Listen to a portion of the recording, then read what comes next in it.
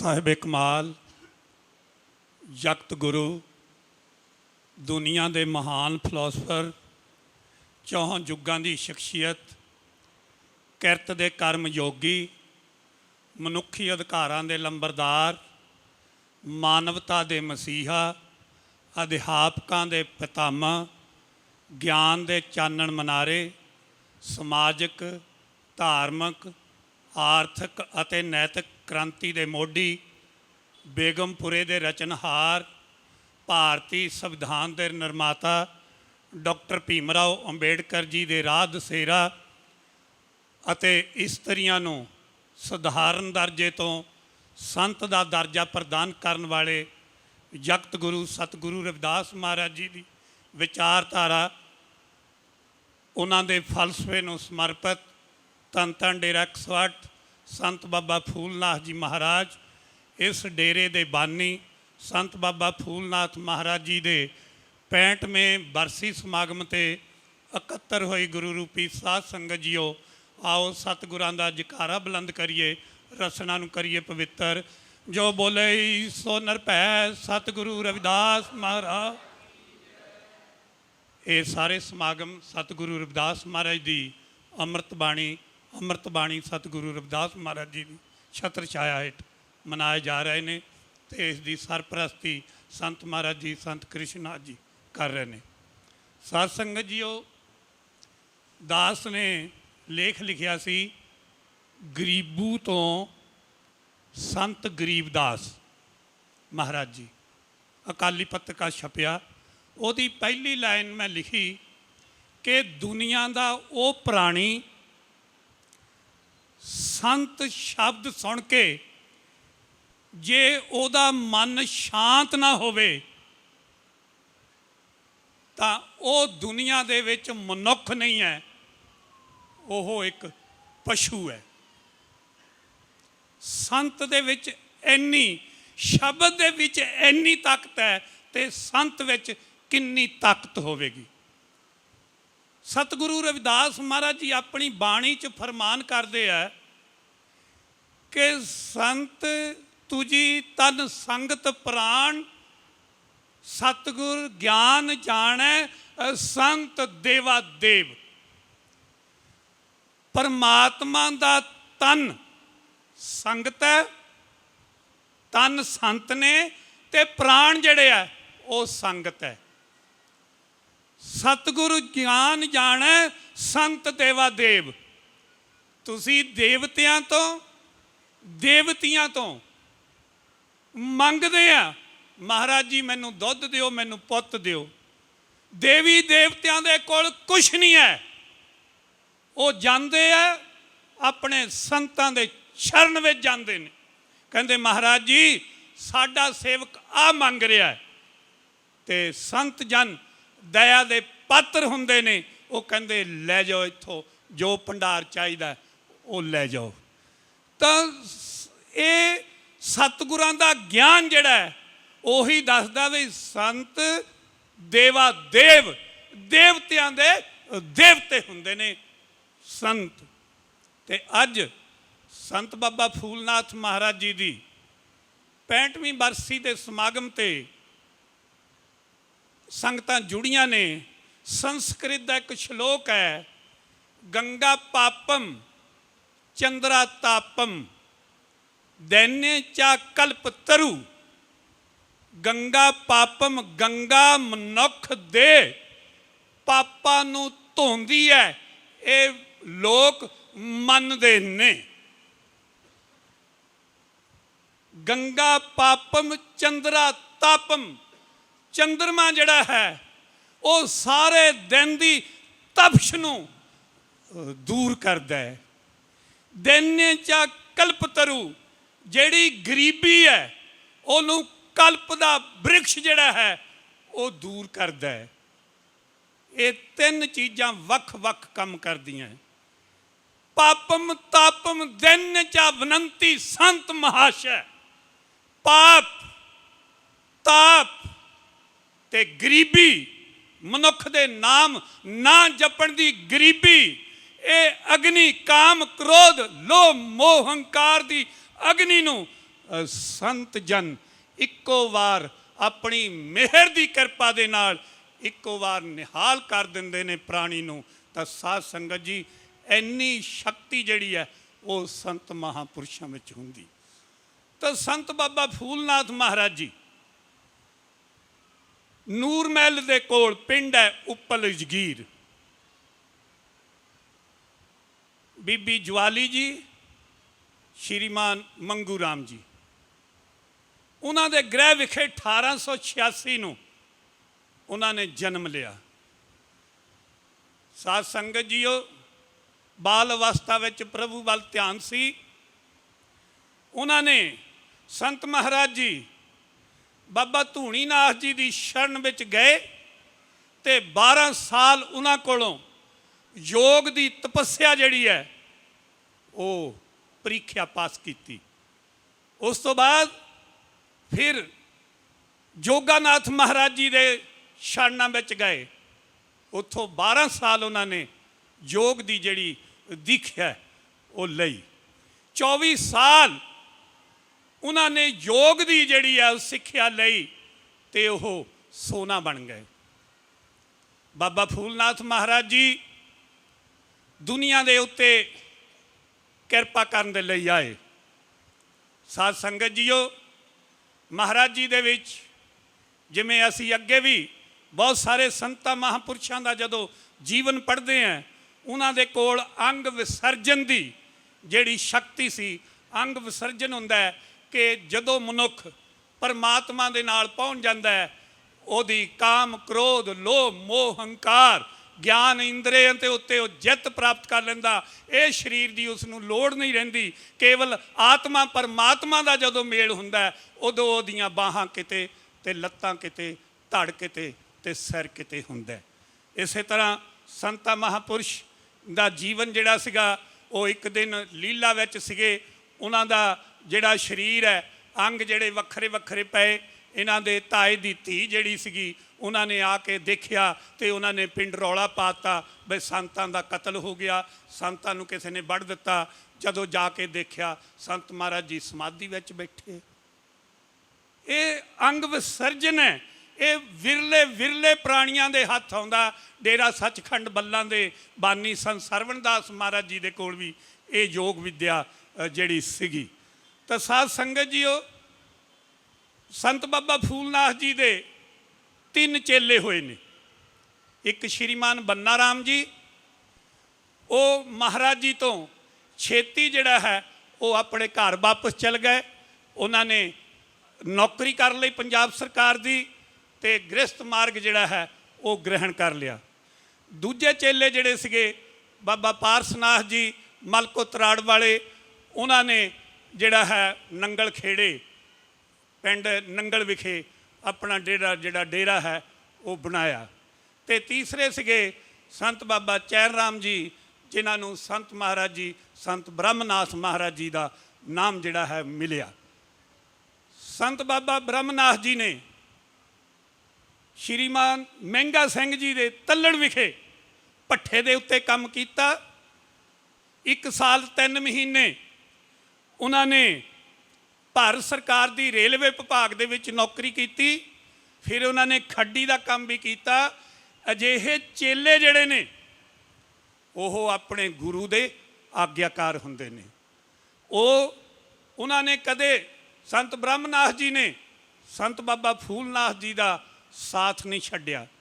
ਮਹਾਰਾਜ ਜੀ ਜੈਤੇਵਾਲੀ ਜਾਂਦੇ, ਜਿੱਥੇ ਮਹਾਰਾਜ ਜੀ ਨੇ ਬਹੁਤ ਹੀ ਉਦਮ ਕੀਤਾ ਕਿ ਮਾਧੋ ਵਿਦਿਆ ਹਿਤ ਕੀਨ ਵਿਵੇਕ ਦੀਪ ਮਲੀਨ ਉਪਜਿਓ ਗਿਆਨ ਹੁਆ ਪ੍ਰਗਾਸ। ਸਕੂਲ ਖੋਲ੍ਹਿਆ ਜਿੱਥੇ 15 ਅਗਸਤ ਨੂੰ ਬਹੁਤ ਵਧੀਆ ਜਿਹੜਾ ਹੈ ਆਜ਼ਾਦੀ ਦਿਵਸ ਦੇ ਸਮਾਗਮ ਜਿਹੜੇ ਉਹ ਬੱਚਿਆਂ ਨੇ ਮਨਾਉਣੇ ਆ। ਉੱਥੇ ਮਹਾਰਾਜ ਜੀ ਸੰਤ ਬਾਬਾ ਫੂਲਨਾਥ ਮਹਾਰਾਜ ਜੀ ਜਾਂਦੇ। ਉਸ ਜੈਤੇਵਾਲੀ ਵਿਖੇ 2 ਸੰਤਾਂ ਨੇ ਆ ਕੇ 12 ਸਾਲ ਧੂਣਾ ਤਪਾਇਆ ਤੇ ਪਿੰਡ ਵਾਲਿਆਂ ਨੂੰ ਕਿਹਾ ਕਿ ਧੂਣੇ ਦੀ ਖੁਸ਼ੀ ਦੇ ਵਿੱਚ ਤੁਸੀਂ ਦਲੀਆ ਦੇਣਾ ਹੈ। ਤੇ ਪਿੰਡ ਵਾਲਿਆਂ ਨੇ ਉਹ ਦਲੀਆ ਜਿਹੜਾ ਹੈ ਉਹ ਦੇਣ ਤੋਂ ਇਨਕਾਰ ਕਰ ਦਿੱਤਾ। ਤੇ ਸੰਤ ਜਨ ਜਿਹੜੇ ਨੇ ਉਹ ਸਰਾਫ ਦੇ ਕੇ ਚਲ ਗਏ। ਤਾਂ ਬਾਬਾ ਫੂਲਨਾਥ ਜੀ ਸੰਤ ਮਹਾਰਾਜ ਜੀ, ਸੰਤ ਗਾਹੀ ਰਾਮ ਜੀ, ਜਿਨ੍ਹਾਂ ਦਾ ਨਾਂ ਸੰਤ ਗੁਰਦਾਸ ਦਾਸ ਜੀ ਸਾਰੀ ਵਾਲੇ ਜਿਹੜੇ ਆ, ਕਾਰੀ ਸਾਲੀ ਵਾਲੇ ਸੰਤ, ਉਹ ਦੋਵੇਂ ਸੰਤ ਜਿਹੜੇ ਉਹਨਾਂ ਨੇ ਦੇਖਿਆ, ਉਹਨਾਂ ਦੀ ਸ਼ਰਨ ਵਿੱਚ ਗਏ ਸੰਗਤਾਂ ਵੀ ਮਹਾਰਾਜ ਜੀ ਇੱਥੋਂ ਤਾਂ ਲੱਭਦਾ ਖਾਣ ਨੂੰ ਕੁਛ ਨਹੀਂ ਹੈਗਾ, ਭੁੱਖੇ ਮਰ ਰਹੇ ਆ। ਤਾਂ ਸੰਤਾਂ ਦੀ ਸ਼ਰਨ ਵਿੱਚ ਗਏ ਹੋਏ ਪ੍ਰਾਣੀ ਨੂੰ ਹਰ ਮਨੁੱਖ ਜਿਹੜਾ ਹੈ, ਹਰ ਮਹਾ ਸ਼ਖਸੀਅਤ ਜਿਹੜੀ ਹੈ ਉਹ ਮਾਣ ਬਖਸ਼ਦੀ ਹੈ। ਅਤੇ ਉਹਨਾਂ ਨੇ ਕਿਹਾ ਆਪਾਂ ਕੋਈ ਹੱਲ ਸੋਚਦੇ ਹਾਂ। ਉਹਨਾਂ ਨੇ ਪਿੰਡ ਦੇ ਵਿੱਚ ਹਰ ਘਰੋਂ ਇੱਕ ਇੱਕ ਮੁੱਠ ਜਿਹੜੀ ਹੈ ਉਹ ਆਟੇ ਦੀ ਮੰਗਾ ਕੇ 2 ਰੋਟ ਜਿਹੜੇ ਉਹ ਬਣਾਏ। ਅਤੇ ਫਿਰ ਮਹਾਰਾਜ ਜੀ ਨੇ ਕਿਹਾ, ਦੋਨਾਂ ਸੰਤਾਂ ਨੇ ਇੱਕ ਸਮਾਧੀ ਵਿੱਚ ਹੋ ਕੇ ਕਿਹਾ ਵੀ ਜਿਨ੍ਹਾਂ ਨੇ ਸਰਾਫ ਦਿੱਤਾ ਉਹਨਾਂ ਨੂੰ, ਸੰਤਾਂ ਨੂੰ ਲੱਭਿਆ ਜਾਵੇ। ਫਿਰ ਉਹਨਾਂ ਨੂੰ ਲੱਭਿਆ ਅਤੇ ਮਹਾਰਾਜ ਜੀ ਨੇ ਬੇਨਤੀ ਕੀਤੀ, ਸੰਤ ਬਾਬਾ ਫੂਲਨਾਥ ਜੀ ਨੇ ਅਤੇ ਸੰਗਤਾਂ ਨੇ, ਕਿ ਮਹਾਰਾਜ ਜੀ ਇਹ ਸਰਾਫ ਵਾਪਸ ਲੈ ਲਓ। ਉਹ ਕਹਿੰਦੇ ਅਸੀਂ ਨਹੀਂ ਲੈਣਾ। ਉਹਨਾਂ ਨੇ ਕਿਹਾ ਫੇਰ ਲੈ ਲਓ ਵਾਪਸ, ਕਹਿੰਦੇ ਅਸੀਂ ਨਹੀਂ ਲੈਣਾ। ਅਤੇ ਮਹਾਰਾਜ ਜੀ ਸੰਤ ਬਾਬਾ ਫੂਲਨਾਥ ਜੀ ਵਿਰਾਟ ਰੂਪ ਵਿੱਚ ਆ ਕੇ ਜਦੋਂ ਉਹਨਾਂ ਨੇ ਕਿਹਾ, ਹੁਣ ਤੁਸੀਂ ਦੱਸੋ ਸਾਡਾ ਜਿਹੜਾ ਚਿਮਟਾ ਹੈ ਉਹ ਖੜ ਕੇ ਜਾਂ ਤੁਸੀਂ ਸਰਾਫ ਵਾਪਸ ਲੈਣਾ ਹੈ। ਸੰਤਾਂ ਕੋਲ ਹਥਿਆਰ ਕੀ ਹੁੰਦਾ? ਚਿਮਟਾ ਹੀ ਹੁੰਦਾ। ਤਾਂ ਉਹ ਸੰਤਾਂ ਨੇ ਹੱਥ ਜੋੜੇ, ਕਹਿੰਦੇ ਮਹਾਰਾਜ ਜੀ ਸਰਾਫ ਅਸੀਂ ਵਾਪਸ ਲੈ ਲਿਆ। ਅਤੇ ਜੈਤੇ ਵਾਲੀ ਸੰਗਤ ਨੂੰ ਜਿਹੜਾ ਹੈ, ਜੈਤੇ ਵਾਲੀ ਜਿਹੜੀ ਪਿੰਡ ਹੈ ਉਸ ਨੂੰ ਆਸ਼ੀਰਵਾਦ ਦਿੱਤਾ ਹੈ। ਸੰਤਾਂ ਦੇ ਬਚਨ ਮੁਹਾਵਰਿਆਂ ਵਿੱਚ ਹੁੰਦੇ ਨੇ ਕਿ ਇੱਟ ਨਾਲ ਇੱਟ ਖੜਕਦੀ ਰਹਿ ਗਈ। ਇਹਦੇ 2 ਅਰਥ ਨਿਕਲਦੇ। ਇੱਟ ਨਾਲ ਇੱਟ ਖੜਕਾਉਣ ਦਾ ਮਤਲਬ ਹੈ ਕਿ ਲੜਾਈ ਜਾਰੀ ਰਹੂਗੀ। ਦੂਜਾ ਹੁੰਦਾ ਕਿ ਇੱਟ ਜਦੋਂ ਮਿਸਤਰੀ ਘੜਦਾ, ਜੇ ਉਹਦੀ ਦੇਲੀ ਬਣਾਉਣੀ, ਉਹਦੇ ਉੱਤੇ ਉਹ ਆਪਣੀ ਤੇਸੀ ਮਾਰਦਾ, ਉਹਦੀ ਆਵਾਜ਼ ਆਉਂਦੀ ਹੈ ਅਤੇ ਉਹ ਤਾਂ ਆਉਂਦੀ ਜਦੋਂ ਉਸਾਰੀ ਹੁੰਦੀ ਹੋਵੇ। ਤਾਂ ਮਹਾਰਾਜ ਜੀ ਨੇ ਆਸ਼ੀਰਵਾਦ ਦਿੱਤਾ ਕਿ ਜੈਤੇ ਵਾਲੀ ਦੇ ਵਿੱਚ ਮਕਾਨ ਜਿਹੜੇ ਹੈ ਉਹ ਪੱਕੇ ਬਣਨਗੇ। ਤਾਂ ਜੈਤੇ ਵਾਲੀ ਜਿਹੜੀ ਹੈ ਉਹ ਸੰਤ ਬਾਬਾ ਫੂਲਨਾਥ ਮਹਾਰਾਜ ਜੀ ਦੇ ਆਸ਼ੀਰਵਾਦ ਦੇ ਨਾਲ ਪੱਕੀ ਹੋ ਗਈ। ਉਸ ਤੋਂ ਬਾਅਦ 1954 ਤੋਂ ਬਾਅਦ ਸੰਤ ਮਹਾਰਾਜ ਜੀ ਗਏ ਨਕੋਦਰ। ਉੱਥੇ ਉਹਨਾਂ ਦੀ ਸਿਹਤ ਜਿਹੜੀ ਹੈ ਉਹ ਵਿਗੜ ਗਈ ਅਤੇ ਮਹਾਰਾਜ ਜੀ ਜੈਤੇਵਾਲ ਵਿਖੇ ਆਏ। ਅਤੇ ਫਿਰ ਸੰਤ ਬਾਬਾ ਬ੍ਰਹਮਨਾਥ ਮਹਾਰਾਜ ਜੀ ਹਕੀਮ ਗੋਕਲ ਰਾਮ ਜੀ ਦੇ ਕੋਲ ਫਲੌਰ ਵਿਖੇ ਦਵਾਈ ਲੈਣ ਗਏ। ਅਤੇ ਫਿਰ ਜਦੋਂ ਸਮਾਂ ਵੀ ਲੱਗ ਗਿਆ, ਉਹਨਾਂ ਨੂੰ ਉਡੀਕਦੇ ਰਹੇ ਬਾਬਾ ਫੂਲਨਾਥ ਜੀ। ਜਦੋਂ ਆਏ ਅਤੇ ਉਹਨਾਂ ਨੇ ਫਿਰ ਜਿਹੜਾ ਹੈ 5 ਭੌਤਿਕ ਸਰੀਰ ਜਿਹੜਾ ਹੈ ਉਹ 12 ਅਗਸਤ 1957 ਨੂੰ ਜਿਹੜਾ ਹੈ ਉਹ ਤਿਆਗ ਦਿੱਤਾ। ਅਤੇ ਸੰਤ ਬ੍ਰਹਮਨਾਥ ਜੀ ਨੂੰ ਆਪਣੀ ਛਾਤੀ ਦੇ ਨਾਲ ਲਾ ਕੇ ਆਪਣੇ ਮਨ ਵਿੱਚੋਂ ਜਿਹੜੀ ਜੋਤ ਸੀਗੀ ਉਹ ਸੰਤ ਬ੍ਰਹਮਨਾਥ ਜੀ ਦੇ ਮਨ ਵਿੱਚ ਜਿਹੜੀ ਹੈ ਉਹ ਜਗਾ ਕੇ ਸੰਤ ਬਾਬਾ ਫੂਲਨਾਥ ਜੀ ਇਸ ਦੁਨੀਆ ਤੋਂ ਰੁਖਸਤ ਹੋ ਗਏ। ਅੱਜ ਉਹਨਾਂ ਦੀ 65ਵੀਂ ਬਰਸੀ ਜਿਹੜੀ ਹੈ ਉਹ ਮਨਾ ਰਹੇ ਹਾਂ। ਸੰਤਾਂ ਦਾ ਜੀਵਨ ਜਿਹੜਾ ਹੈ ਉਹ ਸੰਗਤਾਂ ਦੇ ਕਲਿਆਣ ਲਈ ਹੁੰਦਾ ਹੈ, ਸੰਤਾਂ ਦੇ ਕਲਿਆਣ ਲਈ ਹੁੰਦਾ। ਤਰਵਰ ਸਰਵਰ ਸੰਤ ਜਨ ਚੌਥਾ ਵਰਸੇ ਮੇਹੂ ਪਰਮਾਰਥ ਕੇ ਕਾਰਨੇ ਚਾਰੇ ਧਾਰੀ ਦੇਹੂ। ਕਿ ਬ੍ਰਿਕਸ਼ ਜਿਹੜਾ ਆਪਣਾ ਫਲ ਆਪ ਨਹੀਂ ਖਾਂਦਾ, ਸਰੋਵਰ ਆਪਣਾ ਪਾਣੀ ਆਪ ਨਹੀਂ ਪੀਂਦਾ। ਸੰਤ ਜਨ ਜਿਹੜੀ ਮਾਇਆ ਆਈ ਹੈ ਜਾਂ ਜਿਹੜੀ ਮਾਇਆ ਨਾਮ ਦੀ ਜਪੀ ਹੋਈ ਹੈ, ਅਰਬਦ ਖਰਬਦ ਕੂੜ ਨਾਮ ਬਿਨ, ਪ੍ਰਭੂ ਦੇ ਨਾਂ ਤੋਂ ਬਿਨਾਂ ਇਹ ਮਾਇਆ ਜਿਹੜੀ ਹੈ ਉਹ ਕੂੜ ਹੈ। ਜਿਹੜੀ ਸੰਗਤਾਂ ਨੇ ਨਾਮ ਰੂਪੀ ਮਾਇਆ ਜਿਹੜੀ ਹੈ ਉਹ ਜੋੜੀ ਹੈ, ਉਹ ਸੰਗਤਾਂ ਦੇ ਕਲਿਆਣ ਲਈ ਜੋੜੀ ਹੈ। ਸੰਤ ਬਾਬਾ ਫੂਲਨਾਥ ਮਹਾਰਾਜ ਜੀ ਦਾ ਇਹ ਜਿਹੜਾ ਅਸਥਾਨ ਹੈ, ਇੱਥੇ ਛੋਟਾ ਜਿਹਾ ਮਹਾਰਾਜ ਜੀ ਨੇ ਕੁੱਲਾ ਜਿਹੜਾ ਹੈ ਉਹ ਬਣਾਉਣ ਦੀ ਕੋਸ਼ਿਸ਼ ਕੀਤੀ, ਬਣਾਇਆ। ਜਦੋਂ ਅਸੀਂ ਇੱਥੋਂ ਲੰਘਦੇ ਸੀਗੇ ਜਲੰਧਰ ਨੂੰ ਤਾਂ ਛੋਟਾ ਜਿਹਾ ਕਮਰਾ ਹੁੰਦਾ ਸੀ, ਬਾਹਰ ਇੱਕ ਧੂਣਾ ਹੁੰਦਾ ਸੀਗਾ, ਗੁਲਾਬੀ ਜਿਹਾ ਰੰਗ ਕੀਤਾ ਉੱਦਾਂ ਦਾ ਜਿੱਦਾਂ ਦਾ ਹੁਣ ਕੀਤਾ ਹੈ, ਇੱਦਾਂ ਦਾ ਰੰਗ ਹੁੰਦਾ ਸੀ। ਉਸ ਤੋਂ ਬਾਅਦ ਸੰਤ ਬਾਬਾ ਬ੍ਰਹਮਨਾਥ ਮਹਾਰਾਜ ਜੀ ਨੇ ਇਸ ਦੁਨੀਆ ਦੇ ਸਹਿਯੋਗ ਦੇ ਨਾਲ, ਸੰਗਤਾਂ ਦੇ ਸਹਿਯੋਗ ਨਾਲ ਇਸ ਡੇਰੇ ਦੀ ਉਸਾਰੀ ਕੀਤੀ। ਸੰਤ ਕ੍ਰਿਸ਼ਨਨਾਥ ਮਹਾਰਾਜ ਜੀ 1977 ਤੋਂ ਇਸ ਡੇਰੇ ਵਿੱਚ ਨੇ। ਮੇਰੇ ਤੋਂ 1 ਸਾਲ ਅਤੇ 6 ਦਿਨ ਉਮਰ 'ਚੋਂ ਛੋਟੇ ਹੈ, ਪਰੰਤੂ ਜਿਹੜਾ ਕਰਮਸ਼ੀਲਤਾ ਹੈ, ਗਤੀਸ਼ੀਲਤਾ ਜਿਹੜੀ ਹੈ ਉਹ ਸਭ ਤੋਂ ਵੱਡੀ ਹੈ। ਜਦੋਂ ਸੰਤ ਨਾ ਆ ਜਾਂਦਾ ਤੇ ਉਹਨਾਂ ਦਾ ਸ਼ਰਧਾਲੂ ਜਿਹੜਾ ਭਾਵੇਂ 100 ਸਾਲ ਦਾ ਹੋਵੇ, ਉਹ ਸੰਤ ਜਿਹੜੇ ਆ ਭਾਵੇਂ 4 ਦਿਨ ਦੇ ਹੋਣ, ਉਹ ਵੱਡੇ ਹੁੰਦੇ ਨੇ। ਸੰਤਾਂ ਨੇ ਇੱਥੇ ਗਤੀਸ਼ੀਲਤਾ ਜਿਹੜੀ ਹੈ ਇਸ ਡੇਰੇ ਲਈ ਦਿਨ ਰਾਤ ਇੱਕ ਕੀਤਾ। ਅੱਜ ਜੋ ਮੈਂ ਖੜਾ ਹਾਂ ਇਹ ਸੰਤਾਂ ਕਰਕੇ ਹੈ। ਸ਼ੈਪੂਰੀ ਦਾ ਰਾਮ ਕੁਮਾਰ ਮੈਨੂੰ ਕਹਿੰਦਾ ਆ ਜਾ ਕੜਾਹ ਪ੍ਰਸ਼ਾਦ ਖਵਾ ਕੇ ਲਿਆਈਏ। ਮੈਨੂੰ ਕੜਾਹ ਦਾ ਲਾਲਚ ਦੇ ਕੇ ਮੈਨੂੰ ਉਹ ਡੇਰੇ ਲੈ ਕੇ ਆਏ ਇੱਥੇ 9 ਜੂਨ ਦੇ ਮੇਲੇ ਤੇ ਮਹਾਰਾਜ ਜੀ ਨੇ ਕੜਾਹ ਪ੍ਰਸ਼ਾਦ ਨਾਲ ਮੈਨੂੰ ਇੱਕ ਗੁਟਕਾ ਦਿੱਤਾ। ਉਸ ਗੁਟਕੇ ਦਾ ਪਹਿਲੀ ਵਾਰ ਮੈਂ ਆਪਣੇ ਮਨ ਤੋਂ ਪਾਠ ਕੀਤਾ ਤੇ ਅੱਜ ਜੋ ਕੁਛ ਹੈ ਉਸ ਗੁਟਕੇ ਦੀ ਬਦੌਲਤ ਹੈ ਮੇਰੀ ਜਿਹੜੀ ਮੰਜ਼ਿਲ ਵੱਲ ਦੀ ਦਿਸ਼ਾ ਜਿਹੜੀ ਸੀ ਉਹ ਬਦਲ ਦਿੱਤੀ। कौन कहता है चलते चलते मंजिल मिल जाती है, गलत दिशा में उठाया हुआ एक ही कदम मनुष्य को मंजिल से कोसों दूर ले जाता है। तो संतां ने मेरी जड़ी वो गुटका दे के मेरी जड़ी दिशा है मैनू शॉर्टकट पाता ते मैं जड़ी अपनी मंजिल के बिल्कुल नेड़े आए। सारा कुछ संत कृष्णनाथ महाराज जी का उद्यम है। बच्चों को गोल्ड मैडलों नाल सम्मानित करते हैं। किन्ने लख की जमीन जिहड़ी है वो प्राइमरी स्कूल नूं दित्ती। हर साल स्टेशनरी वंडदे है बच्चे। जिथे जैते वाली स्कूल है सारा संत महाराज ही खर्चा चकते हैं। असी तो 10 रुपये दिन्ने आ, अगे 20 गल्लां करते हैं।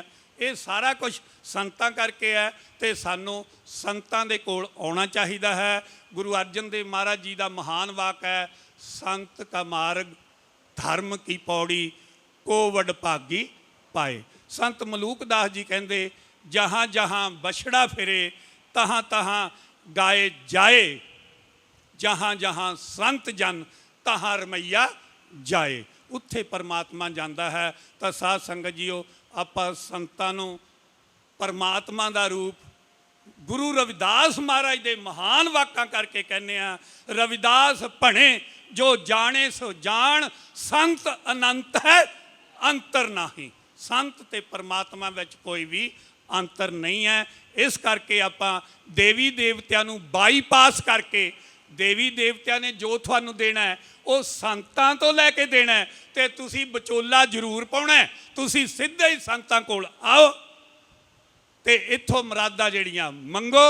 ते गुरु रविदास महाराज जी ने सानूं ये क्या नाम तेरो आरती मजन मरारे हर के नाम बिन झूठे सगल पसारे। सीधा संतां कोल आओ थोड़ी मुक्ति होएगी। अज जिमें सैकटरी साहब ने दसिया कि संगतां रास्ते विच रुकियां होईयां। किसानां दा जिहड़ा मसला वो अपने थां ते है। यह जिहड़ी सरकार है इहने जिहड़ा एडवोकेट जनरल लाया सीगा, सब तो वड्डा वकील जिहड़ा पंजाब सरकार दा, उसने हाई कोर्ट दे विच 178 पोस्टां जिहड़ियां ला अफसरां दे निकलदियां आ ਉਹਦੇ ਵਿੱਚ ਸਾਡੀ ਐਸਸੀ ਕਮਿਊਨਿਟੀ ਦੇ ਜਿਹੜੇ ਕੇਸ ਸੁਣੇ ਜਾਂਦੇ, ਗਰੀਬਾਂ ਦੇ ਕੇਸ ਸੁਣੇ ਜਾਂਦੇ ਆ ਜਾਂ ਸਾਡੇ ਉੱਤੇ ਧੱਕਾ ਹੁੰਦਾ, ਉਸ ਕੇਸਾਂ ਦੀ ਸੁਣਵਾਈ ਲਈ ਜਿਹੜੇ ਵਕੀਲ ਨਿਯੁਕਤ ਕੀਤੇ ਜਾਂਦੇ 178 ਉਹਨਾਂ ਵਿੱਚ ਇੱਕ ਵੀ ਸ਼ਡਿਊਲਡ ਕਾਸਟ ਜਿਹੜਾ ਹੈ ਉਹ ਨਹੀਂ ਲਗਾਇਆ ਗਿਆ। ਤੇ ਜਦੋਂ ਉਹਦਾ ਕਾਰਨ ਪੁੱਛਿਆ ਉਹਨੇ ਐਫੀਡੈਵਿਟ ਲਿਖ ਕੇ ਦਿੱਤਾ ਕਿ ਜਿਹੜੇ ਸ਼ਡਿਊਲਡ ਕਾਸਟ ਲੋਕ ਨੇ ਉਹ ਇਨਸਾਫ ਦੇ ਲਈ ਆਪਣੀ ਬੁੱਧੀ ਜਿਹੜੀ ਆ ਉਹ ਨਹੀਂ ਵਰਤ ਸਕਦੇ, ਇਹ ਇਨਸਾਫ ਦੇਣ ਦੇ ਯੋਗ ਨਹੀਂ ਹਨ। ਉਹਨਾਂ ਨੇ ਸਾਡੇ ਉੱਤੇ ਇੱਕ ਭੱਦੀ ਟਿੱਪਣੀ ਕੀਤੀ ਜਿਸ ਕਰਕੇ ਸਾਨੂੰ ਇਹ ਮਹਿਸੂਸ ਹੋਇਆ ਕਿ ਸ਼ਡਿਊਲਡ ਕਾਸਟਾਂ ਦੀ ਕਿਰਪਾ ਨਾਲ ਤਾਂ ਤੂੰ ਐਡਵੋਕੇਟ ਜਨਰਲ ਬਣਿਆ ਡਾਕਟਰ ਭੀਮ ਰਾਓ ਅੰਬੇਡਕਰ ਕਰਕੇ, ਤੂੰ ਐਡਵੋਕੇਟ ਜਨਰਲ ਬਣਿਆ, ਤੂੰ ਸਾਡੇ ਤੇ ਹੀ ਕਹੀ ਜਾਂਦਾ ਸਾਡੀ ਬਿੱਲੀ ਸਾਨੂੰ ਮਿਆਉਂ ਕਰੀ ਜਾਂਦਾ। ਇਸ ਕਰਕੇ ਉਹ ਅੱਜ ਕੱਲ੍ਹ ਜਿਹੜਾ ਹੈ ਪ੍ਰੋਟੈਸਟ ਚੱਲ ਰਿਹਾ ਹੈ। ਇਸ ਕਰਕੇ ਸੰਗਤਾਂ ਜਿਹੜੀਆਂ ਰਸਤੇ 'ਚ ਰੁਕ ਗਈਆਂ। ਅੱਜ 12 ਅਗਸਤ ਭਾਰਤ ਸਰਕਾਰ ਨੇ ਕਿਹਾ ਕਿ ਤੁਸੀਂ नशा मुक्त होवो। गुरु रविदास महाराज जी ने भी यही कहा, रविदास मुद्रा क्या पीजिए, जो चढ़े चढ़े उतराए, नाम महारस पीजिए, जो चढ़े ना ही उतराए। सानू नाम का नशा करना चाहिए, संतां की संगत करनी चाहिए है, संतां का ज्ञान जिहड़ा है वो जिंदगी च धारण करना चाहिए। इन्ने शब्दों के नाल मैं master Somraj gold medallist, state awardee ਸਿੱਖਿਆ ਵਿਭਾਗ, ਪੰਜਾਬ ਸਰਕਾਰ ਸੰਤ ਬਾਬਾ ਫੂਲਨਾਥ ਮਹਾਰਾਜ ਜੀ ਦੇ 65ਵੇਂ ਬਰਸੀ ਸਮਾਗਮਾਂ 'ਤੇ ਆਪਣੇ ਸ਼ਰਧਾ ਸੁਮਨ ਅਰਪਿਤ ਕਰਦਾ ਹਾਂ ਅਤੇ ਸਾਰੀਆਂ ਸੰਗਤਾਂ ਨੂੰ ਇਸ ਅਵਸਰ ਦੀ ਮੁਬਾਰਕਬਾਦ ਵੀ ਦਿੰਦਾ ਹਾਂ। ਕਿਉਂਕਿ ਸੰਤਾਂ ਦਾ ਜੀਵਨ ਅਤੇ ਸੰਤਾਂ ਦਾ ਜਨਮ ਅਤੇ ਸੰਤਾਂ ਦੀ ਬਰਸੀ, ਪ੍ਰਗਟ ਦਿਵਸ ਅਤੇ ਬਰਸੀ, ਇਹ ਸੰਗਤਾਂ ਨੂੰ ਨਾਮ ਨਾਲ ਜੋੜਨ ਲਈ ਹੁੰਦੀ। ਇਹ ਦੋਵੇਂ ਮੁਬਾਰਕ ਦਿਨ ਹੁੰਦੇ ਨੇ।